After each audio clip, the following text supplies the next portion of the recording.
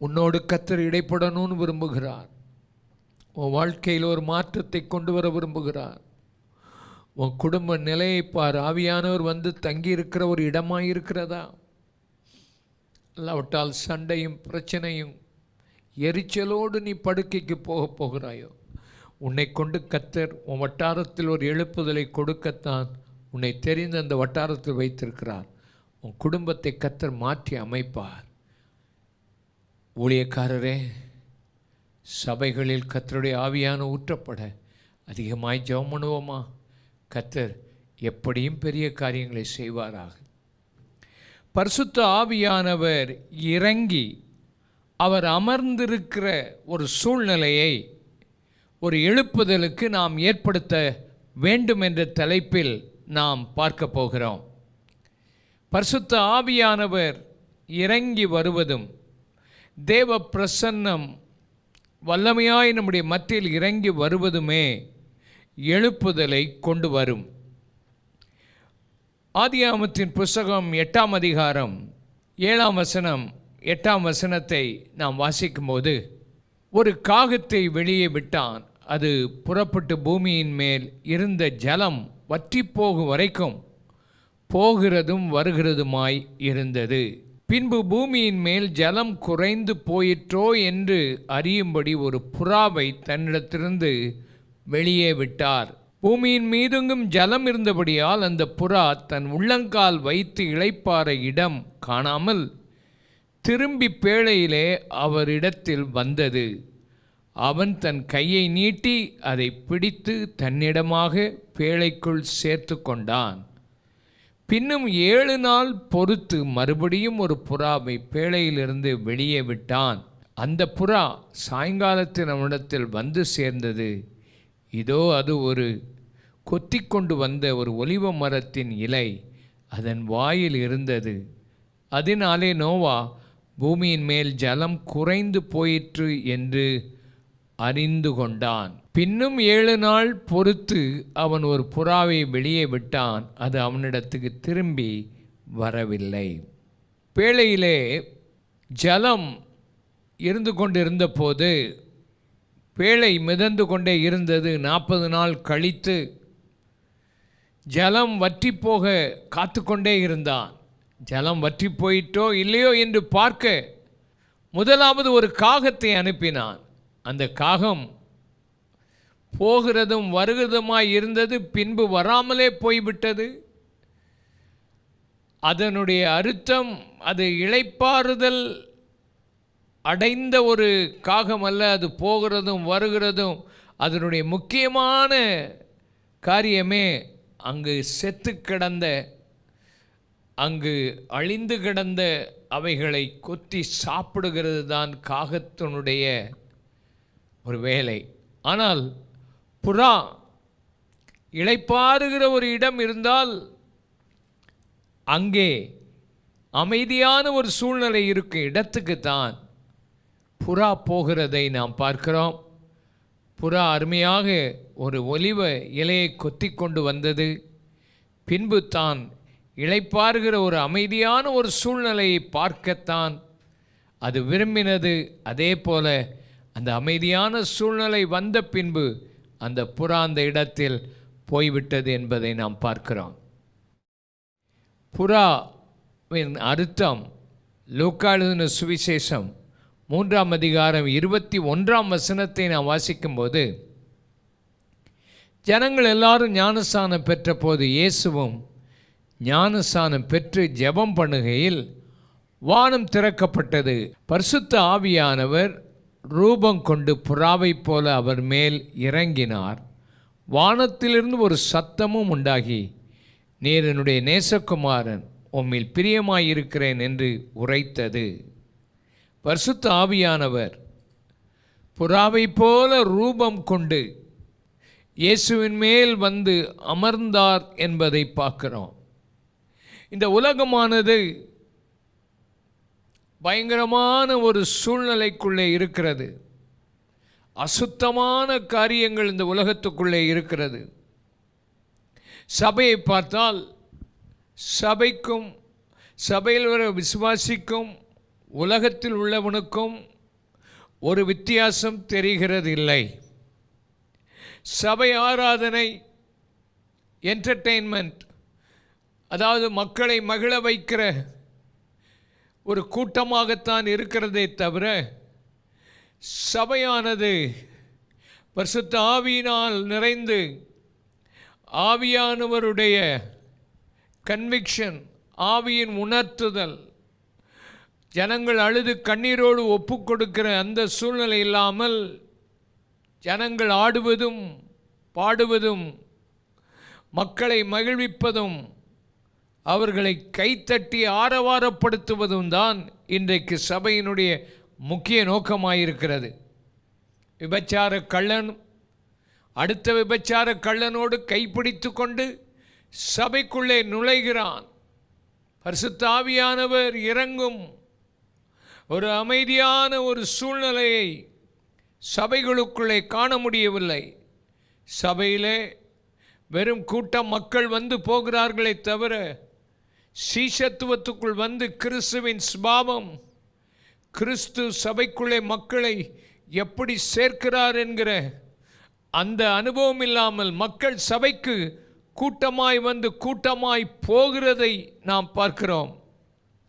ஊழியர்கள் பாவத்தில் விழுந்து துணிகரமாய் பாவம் செய்துவிட்டு வந்தே துணிகரமாய் ஆலயத்திலே பிரசங்கம் பண்ணுகிற நாட்களாக இருக்கிறதை பார்க்கிறோம். சபைக்குள்ளே மனுஷர்கள் வருவது தங்கள் தேவைகள் சந்திக்கப்படுமா, தேவனை ஆராதிக்க வேண்டும், தேவனை மகிமைப்படுத்த வேண்டும் என்கிற நோக்கம் இல்லாமல் வாழ்க்கையில் அவர்கள் தேவைகள் சந்திக்கப்படுவதற்கே சபைக்குள்ளே மக்கள் வருகிற கூட்டமாக இருக்கிறார்கள். அந்நிய பாஷையில் பேசுகிறார்கள், ஆரவாரம் செய்கிறார்களே தவிர அந்த அந்நிய பாஷையிலே வல்லமை இருக்கிறதில்லை. பாவத்தை மேற்கொள்வதற்கும் கோபத்தை மேற்கொள்வதற்கும் உரிய அந்த சுபாவமே இல்லாமல் அந்நிய பாஷையிலே பேசுகிற மக்கள் கூட்டம் பெருகிவிட்டதை நாம் பார்க்கிறோம். அது மாத்திரமல்ல, தாங்கள் கடந்த நாட்களில் செய்த பாவங்களுக்கு தக்கதாக அவர்கள் திரும்ப அதை செலுத்துகிறதில்லை. சகேயு ரட்சிக்கப்பட்டான். அவனுக்கு ஆண்டவர் அவனை பார்த்து சொன்னார், இன்றைக்கு இந்த வீட்டுக்கு ரட்சிப்பு வந்தது என்று எப்போ சொன்னார்? அந்த சகேயு, ஆண்டவரே, நான் யார்ட்டையாவது அநியாயம் வாங்கி நாளத்தனையாய் திரும்ப கொடுக்கிறேன். அதுதான் சரியான மனமாற்றம். பழைய நாட்களில் நீ செய்த பாவங்களை சரியாக, யார்ட்டையா கடன் வாங்கியிருந்தா, தப்பா காரியங்களை ஏமாற்றி வாங்கியிருந்தா திரும்ப அதை செலுத்தணும். என் வாழ்க்கையில் நான் பார்த்துருக்கேன், இயேசுவை ஏற்றுக்கொண்ட பிறகு என்னுடைய வாழ்க்கையில் நான் செய்த தவறுகளெல்லாம் எனக்குள்ளே வந்தது. ஒரு முறை ஒரு சோப் என் கண்ணுக்கு முன்னால் வந்துக்கிட்டே இருந்தது. என் விளையாட்டாக என் நண்பர்களோடு போய் ஒரு கடையில் ஒரு சோப்பை திருடிட்டு வந்திருக்கிறேன். சில வருஷங்களுக்கு முன்பு அது என் கண் முன்னாலே இருந்தது. ரட்சிக்கப்பட்ட சமயத்தில் எங்கள் வீட்டில் சொல்லிவிட்டு காசு வாங்கிட்டு போய் 32 மைலுக்கு அப்பால் அந்த கடையை தேடி அந்த கடைக்குள்ளே போய் அந்த முதலாளியை பார்த்து, ஐயா, சில ஆண்டுகளுக்கு முன்னால் உங்கள் கடையில் வந்து இந்த சோப்பை எடுத்துகிட்டு போனேன், அதுக்குரிய காசை கொடுக்க வந்திருக்கிறேன் அப்படின்னு சொல்லி அந்த சோப்பினுடைய விலையை கேட்டேன். அவர் அந்த விலையை சொன்னார். அந்த விலையை கொடுத்தேன். அப்போ அவர் சொன்னார், தம்பி, நீங்கள் அந்த 2-3 வருஷத்துக்கு முன்னால் இது விலை ரொம்ப குறையாத்தான் இருந்துச்சு, அந்த குறைஞ்ச விலையை கொடுத்துட்டு போங்கன்னு சொன்னார். நான் சொன்னேன், வேண்டாம் சார், நீங்கள் மொத்தமாக வட்டியோடு சேர்த்து எடுத்துக்கொள்ளுங்கள் என்று கொடுத்துட்டு வந்தேன். என் வாழ்க்கையில் யாரிடத்தில் சண்டையிட்டேனோ அவரிடத்தில் மனம் பொருந்தினேன். வாழ்க்கையில் ஒரு சரியான மனம் திரும்புதல் இருக்குமானால் இப்படிப்பட்ட சரி செய்கிற சரியான வாழ்க்கை இருக்கும். இன்றைக்கு மக்கள் நனைஞ்ச பாவியாக வருகிறான், அவன் ஞானஸ்நானம் எடுக்கிறான், நனைஞ்ச பாவியாகவே போய்விடுகிறான். நனையாத பாவி, நனைஞ்ச பாவி, அவ்வளோதான் வித்தியாசம். வாழ்க்கையில் மாற்றம் வருகிற ஒரு சரியான மாற்றம் வந்தால் ஒரு எழுப்புதல் உண்டாகும். சபைக்குள்ளே அரசியல், ஸ்தாபனங்களுக்குள்ளே அரசியல் இருக்கிறது. மற்ற ஸ்தாபன சபைகளுக்குள்ள தான் அரசியல் என்று சொன்னாலும் பெந்தேகோஸ்தே சபைகளுக்குள்ளேயும் அரசியல் இருக்குது. அது யாரும் இல்லைன்னு சொல்ல முடியாது. இந்த சபையை குறை சொல்லிட்டான்னு நீங்கள் சண்டைக்கு போகக்கூடாது. உங்கள் வாழ்க்கையில் சபைகளுக்குள்ளே அரசியல் இருக்குது, பயங்கரமான பாவங்கள் இருக்குது. வாழ்க்கையில் நீங்கள் அதை கவனமாய் கவனிக்கணும். பிரிவினைகள் இருக்கிறது, ஜாதி சண்டைகள் இருக்கிறது.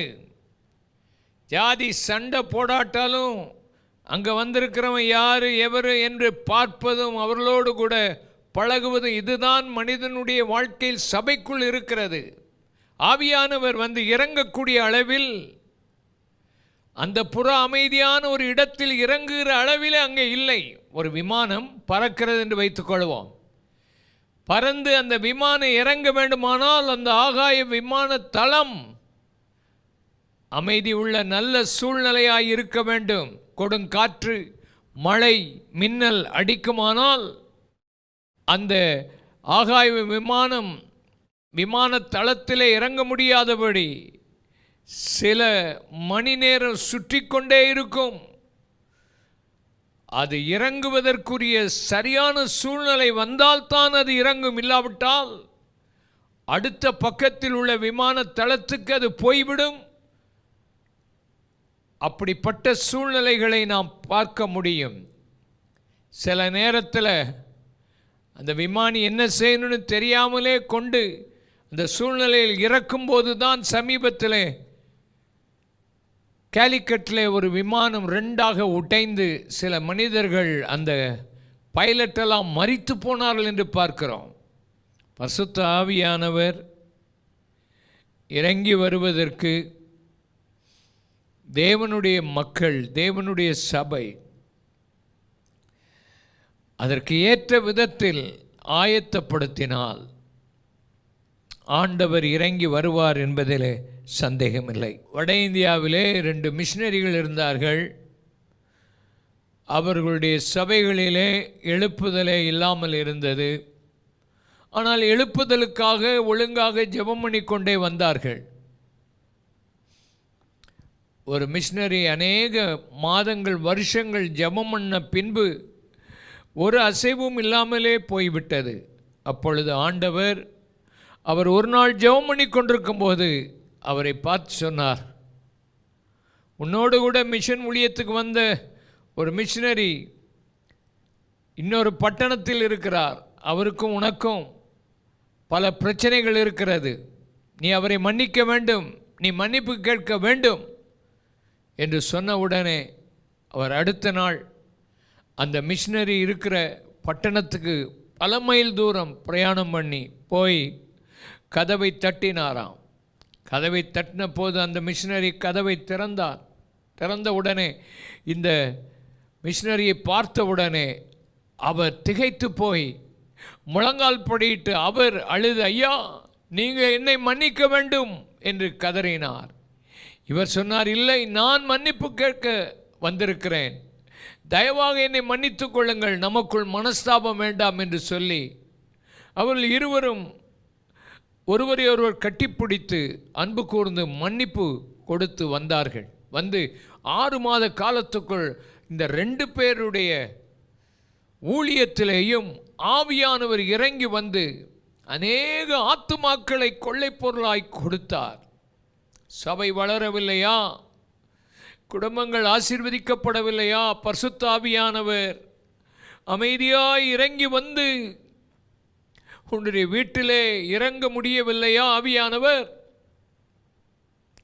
வீட்டில் வேதத்துக்கு பதிலாக ஒவ்வொரு ரூம்லையும் ஒரு டிவி வைத்திருக்கிற, அது ஓடிக்கிட்டே இருக்குது.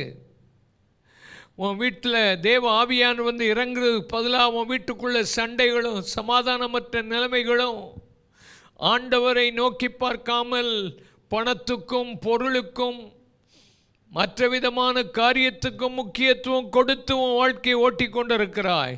ஆவியானவர் அமைதியாய் இறங்கி வருவதற்குரிய ஒரு வீடாக உன் வீடு இருக்கிறதா? உன் சபை அப்படிப்பட்ட ஒரு சபையாக இருக்கிறதா?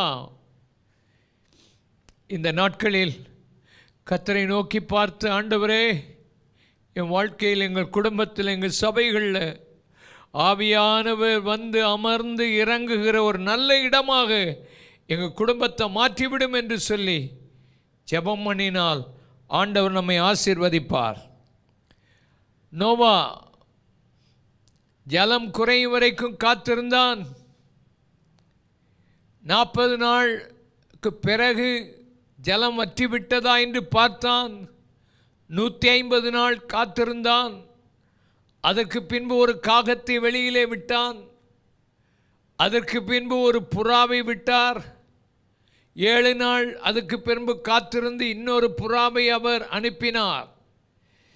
தொடர்ந்து அவர் காத்திருந்து ஆவியானவருடைய அந்த அனுபவம் வருவரைக்கும் ஆண்டவர் அந்த காற்றையெல்லாம் அனுப்பி அந்த ஜலத்தை வற்றி போக பண்ணி அமைதியான ஒரு சூழ்நிலை உருவாவதற்காய் காத்திருந்தது போல இந்த நாட்களில் 2 கைகளை நாம் உயர்த்தி, ஆண்டவரே, நாங்கள் நீர் இறங்கி வருவதற்கு உரிய ஸ்தானத்துக்காய் காத்திருக்கிறோம். ஆவியானவர் எல்லா சபைகளிலும் ஊற்றப்படுவதற்குரிய சூழ்நிலை, சபைகளிலே ஜெபம், சபைகளிலே பரிசுத்தம், சபைகளிலே ஒரு எதிர்பார்ப்பு இருக்கட்டும் ஆண்டவரே. அப்படி இருக்கும்போது நீர் இறங்கி வர முடியும். ரெட் ரிவர் ரிவைவல் என்று சொல்லப்படுகிற ஒரு பெரிய எழுப்புதல் ஒரு காலத்திலே உண்டாயிற்று. ஜேம்ஸ் மெக்ரேடி என்று சொல்லப்படுகிற ஒருவர் தன்னுடைய சபையில் 700 பேரை கூட்டி ஒரு கவனன்ட், ஒரு உடன்படிக்கை பண்ணினார். தொடர்ந்து எழுப்புதல் வர வேண்டும் என்று அவர் சொன்னார். லோகன் என்று சொல்லப்பட்ட ஒரு கண்ட்ரிக்கு, ஒரு இடத்துக்கு அவர் போனார். அவர் போன போது அந்த இடத்திலே அவர்கள் ஜெபம் பண்ண ஆரம்பித்தார்கள். முதல்ல ஒரு 15 பேர் வந்தாங்க, பிறகு ஒரு 100 பேர் வந்தாங்க, ஒரு 300 பேர் வர ஆரம்பித்தார்கள். தொடர்ந்து அவர்கள் ஜெபம் பண்ணி கொண்டிருந்த போது இந்த 700 பேர் ஒரு இடத்தில் ஜெபம் பண்ணுகிறார்கள் எழுப்புதலுக்காக. இவர் போன இடத்திலும் கொஞ்சம் பேர் ஜெபம் பண்ணுகிறார்கள். ஜெபம் பண்ணி கொண்டிருந்த போது ஒரு நாள் அதிகாலை 3 மணிக்கு ஆவியானவர் வந்து இறங்கினார். இறங்கி கர்த்தருடைய நாமம் மகிமைப்பட அந்த இடத்திலே 15,000 பேர் வரத்தக்கதாக ஒரு பெரிய எழுப்புதலை அவர்கள் காண முடிந்தது.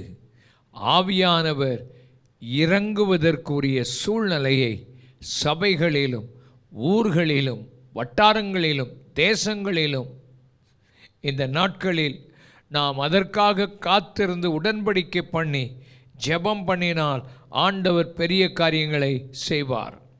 டங்கன் கேம்பல் என்கிற ஒரு கர்த்தருடைய தாசன், பெகி கேத்ரின் என்ற 2 பேர் தேவ சமூகத்திலே அநேக நாட்கள் ஜெபித்தார்கள். பெகி கேத்ரின் என்ற 2 பேரும் வயதானவர்கள். அவர்களால் சரியாக நடக்கக்கூட முடியாது. ஆனால் 82 வயதிற்கு மேல் உள்ளவர்கள். ஆலயத்துக்கு அவர்களால் போக முடியாது.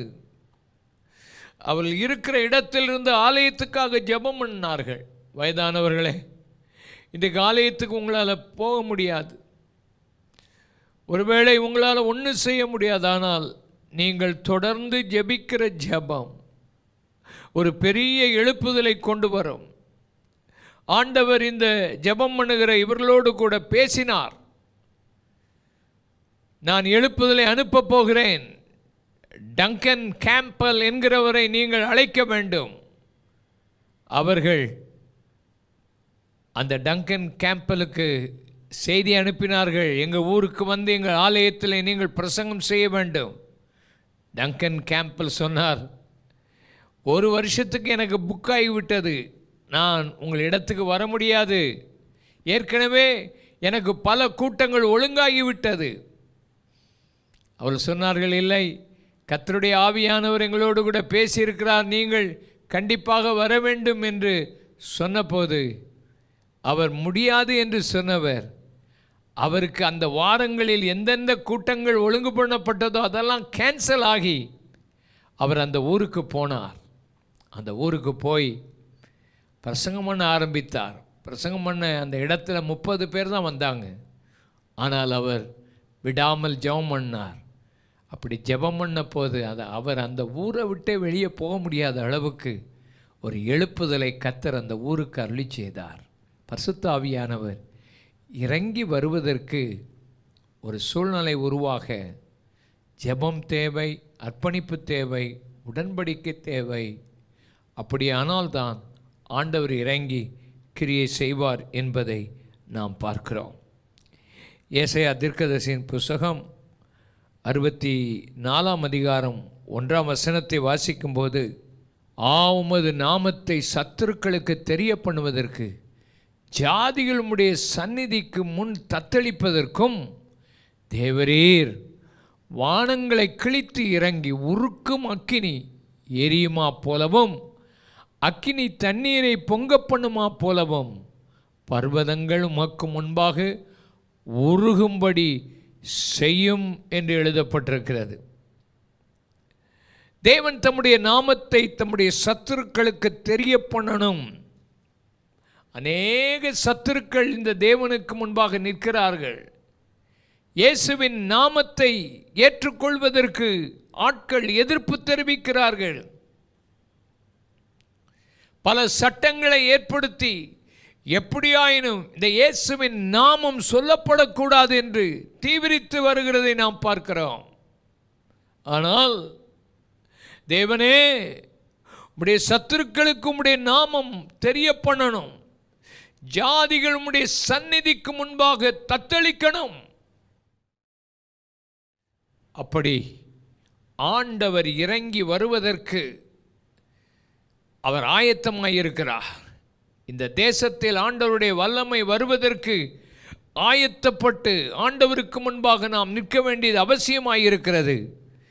அப்படியானால் ஆண்டவர் வானத்தை கிழித்து இறங்குவார்.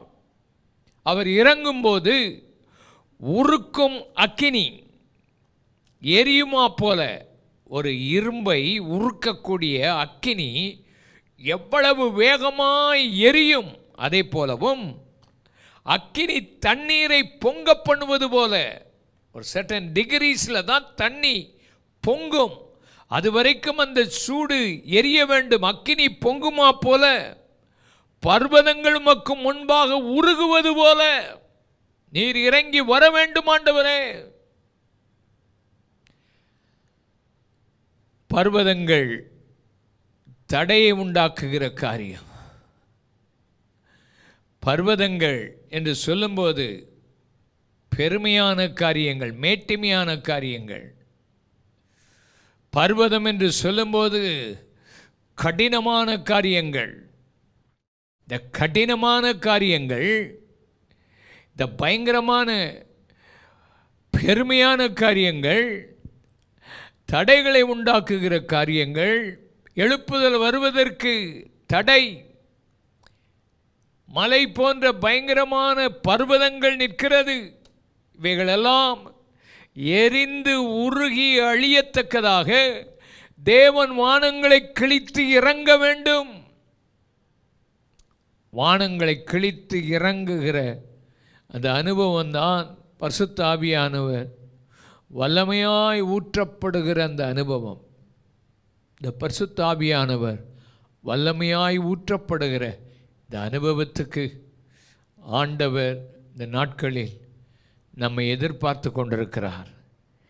இந்த 64 அதிகாரத்தை நாம் வாசிக்கும்போது, ஆண்டவர் 7 வாசிக்கும்போது, உமது நாமத்தை நோக்கி கூப்பிடுகிறவனும் உம்மை பற்றி கொள்ளும்படிக்கு விழித்திருக்கிறவனும் இல்லை.